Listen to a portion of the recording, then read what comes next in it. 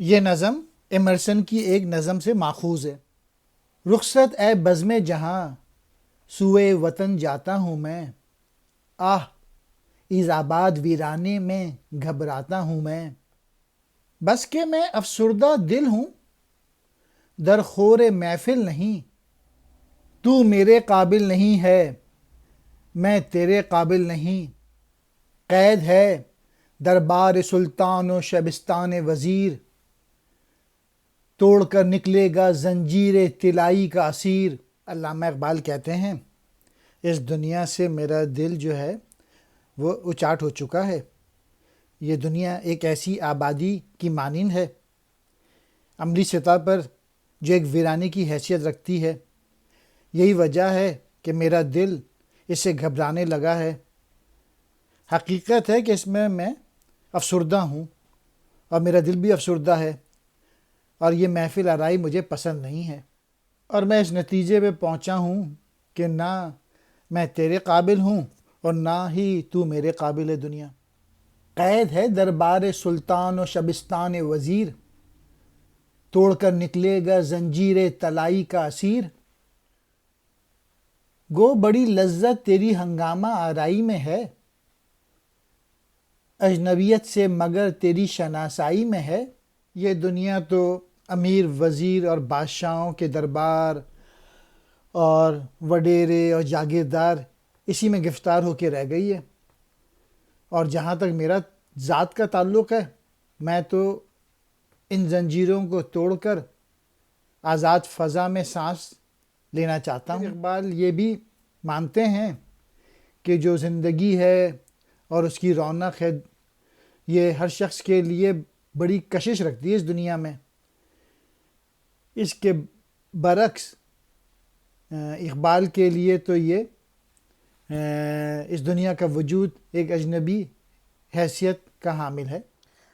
شبستان کہتے ہیں رات گزارنے کی جگہ، زنجیر طلائی سونے کی زنجیر، اسیر کہتے ہیں قیدی کو، ہنگامہ آرائی دنیا کی رونق، اجنبیت کہتے ہیں ناواقفیت، شناسائی کہتے ہیں واقفیت۔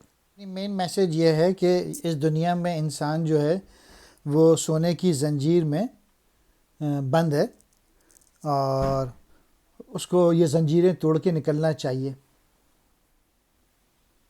مدتوں تیرے خود آراؤں سے ہم صحبت رہا، مدتوں بے تاب موج بحر کی صورت رہا۔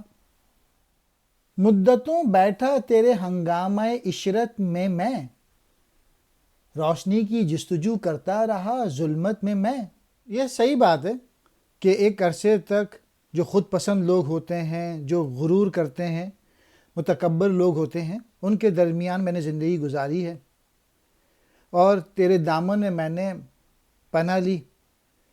لیکن یہ بھی حقیقت ہے ہر ممکن برداشت کے باوجود میں تڑپتا رہا، جس طریقے سے سمندر میں لہر تڑپتی رہتی ہے۔ یعنی مراد یہ ہے کہ مجھے یہ ماحول پسند نہیں آیا ہے جہاں پہ غرور کرنے والے لوگ اس دنیا میں موجود ہیں، اور نارسسٹ قسم کے لوگ۔ دنیا سے مخاطب ہو کے اقبال کہتے ہیں یہ ٹھیک بات ہے کہ میں ایک عرصے تک تیرے ہنگاموں میں شریک رہا، لیکن یہ عرصہ بیکار ہی تھا، ضائع ہو گیا یہ وقت۔ میں نے پوری ممکن کوشش کی کہ اس ظلمت سے، اس اندھیرے سے روشنی پالوں، لیکن کچھ حاصل نہ کر سکا۔ خود آراؤں، خود کو سجانے والے، ہم صحبت کہتے ہیں پاس اٹھنے بیٹھنے والے، موج بحر سمندر کی لہر، ہنگامہ عشرت عشرت کی محفل، جستجو کہتے ہیں تلاش، ظلمت کہتے ہیں اندھیرے کو۔ مدتوں ڈھونڈا کیا نظارہ گل خار میں، آہ وہ یوسف نہ ہاتھ آیا تیرے بازار میں۔ چشم حیراں ڈھونڈتی اب اور نظارے کو ہے، آرزو ساحل کی مجھ طوفاں کے مارے کو ہے۔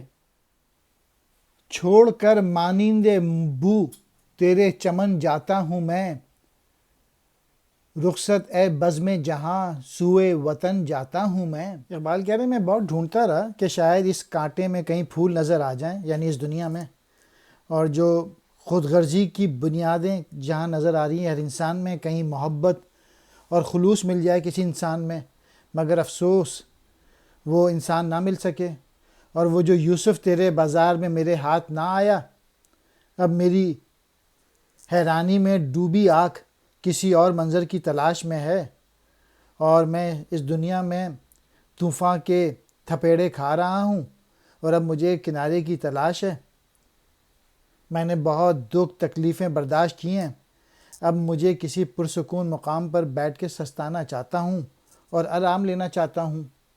اور میں نے فیصلہ کیا ہے کہ تیرے باغ سے خوشبو کی طرح میں نکل جاؤں، اور یہ جو دنیا ہے اور اس کی جو محفل ہے اس کو میں چھوڑ دوں اور اپنے اصل وطن کی طرف چلا جاؤں. ڈھونڈا کیا یعنی تلاش کرتا رہا، نظارہ گل پھول کی جھلک، خار کہتے ہیں کانٹے کو، چشم حیراں حیرت زدہ آنکھیں، ساحل کہتے ہیں کنارے کو، مانند بو خوشبو کی طرح، سکوت کہتے ہیں خاموشی کو. گھر بنایا ہے سکوت دامن کوثر میں، آہ یہ لذت کہاں موسیقی گفتار میں. ہم نشین نرگس شہلا رفیق گل ہوں میں، ہے چمن میرا وطن ہمسایہ بلبل ہوں میں. شام کو آواز چشموں کی سلاتی ہے مجھے، صبح فرش ہے سب سے کوئل جگاتی ہے مجھے. میں نے پہاڑ کے دامن میں اپنا گھر بنا لیا ہے، اور وہ شور شرابہ نہیں ہوتا یہاں پہ. یہاں ہر طرف خاموشی ہے، اور جو مزہ اس خاموشی میں ہے وہ بات چیت کے راگ الاپنے میں نہیں. میں تو نرگس کے کالے پھولوں کے پاس بیٹھتا ہوں اور اسی کا ساتھی ہوں. یہ باغ میرا وطن ہے اور میں بلبل کا ہمسایہ ہوں. یہاں بہنے والے چشموں کی آواز شام کے وقت میرے لیے لوری بن جاتی ہے اور مجھے سلاتی ہے. میں سرسبز فرش پہ سو جاتا ہوں اور صبح کے وقت کوئل کی خوبصورت آواز مجھے جگاتی ہے. بزم ہستی میں ہے سب کو محفل آرائی پسند، ہے دل شاعر کو لیکن کنج تنہائی پسند. زندگی کی محفل میں ہر کوئی چاہتا ہے کہ اپنے جیسے لوگوں میں بیٹھے اور عیش و عشرت کی زندگی گزارے اور دل کو بہلائے، لیکن شاعر کا دل جو ہے وہ یہ چاہتا ہے کہ وہ تنہائی میں رہے، سب سے الگ تھلگ رہے، جہاں سکون ہو، جہاں پہ کوئی ریاکار لوگ نہ ہوں، جہاں غرور کرنے والے لوگ نہ ہوں، جہاں نارسسٹ لوگ نہ ہوں. ہے جنوں مجھ کو کہ گھبراتا ہوں آبادی میں ڈھونڈتا پھرتا ہوں کس کو کوہ کی وادی میں. شوق کس کا سبزہ زاروں میں پھراتا ہے مجھے، اور چشموں کے کناروں پر سلاتا ہے مجھے. کیا میں پاگل ہوں کہ آبادی سے دور بھاگتا ہوں اور پہاڑوں کی وادی میں کسے تلاش کرتا ہوں؟ کس کا عشق مجھے یہاں لے کے آتا ہے، اور ان ہریالی میں میں پھر رہا ہوں اور چشموں کے کناروں پر سوتا ہوں. تانا زن ہے تو کشیدہ کنج عزلت کا ہوں میں، دیکھ اے غافل پیامی بزم قدرت کا ہوں میں. ہم وطن شمشاد کا قمری کا میں ہمراز ہوں، اس چمن کی خامشی میں گوش بر آواز ہوں. اے غافل تو مجھے تانے دیتا ہے کہ میں تنہائی پسند ہوں. تجھے یہ معلوم نہیں کہ میں قدرت کی محفل کا پیغام پہنچانے والا ہوں.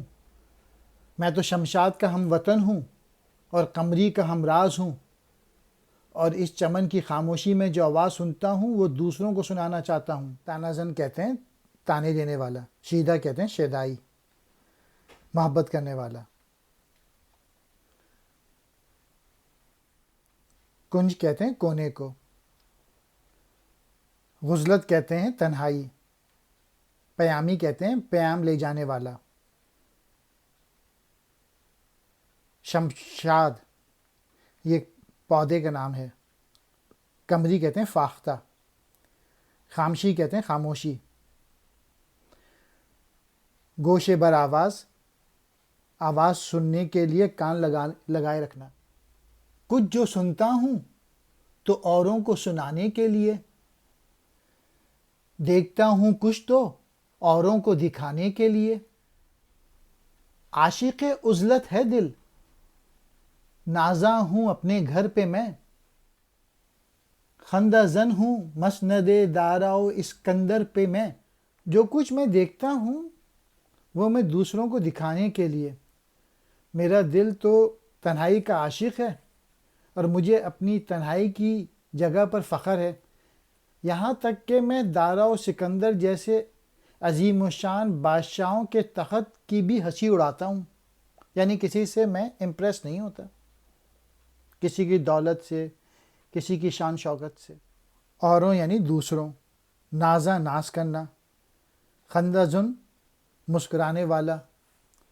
مسند کہتے ہیں تخت. دارا و سکندر دو تاریخی کرداروں کے نام.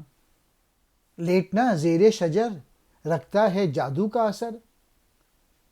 شام کے تارے پہ جب پڑتی ہو رہ رہ کر نظر. علم کے حیرت کدے میں ہے کہاں اس کی نمود. گل کی پتی میں نظر آتا ہے راز ہست و بود.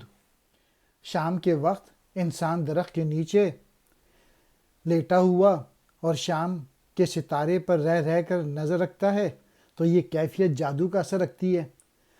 اور جو کچھ علم سے حاصل ہوتا ہے وہ حیرانی کے سوا کچھ نہیں. اور حیرانی کے اس گھر میں وہ کیفیت کہاں جو کہ ایک پھول کی پتی پر جب انسان غور کرتا ہے اور جب اس کے بھید کھلتے ہیں تو علم کی حیرانی کا کچھ اثر نہیں رکھتا. یعنی پھول کی پتی میں کائنات کے راز جو ہیں وہ چھپے ہوئے ہیں، اور اگر کوئی پھول کی پتی کو سمجھ لے تو کائنات کی حقیقت کھل جائے گی. زیر شجر پیڑ کے سائے میں. حیرت کدے حیرانی کے مقامات. نمود کہتے ہیں پھولنا پھلنا. راز ہست و بود کائنات کی اصل.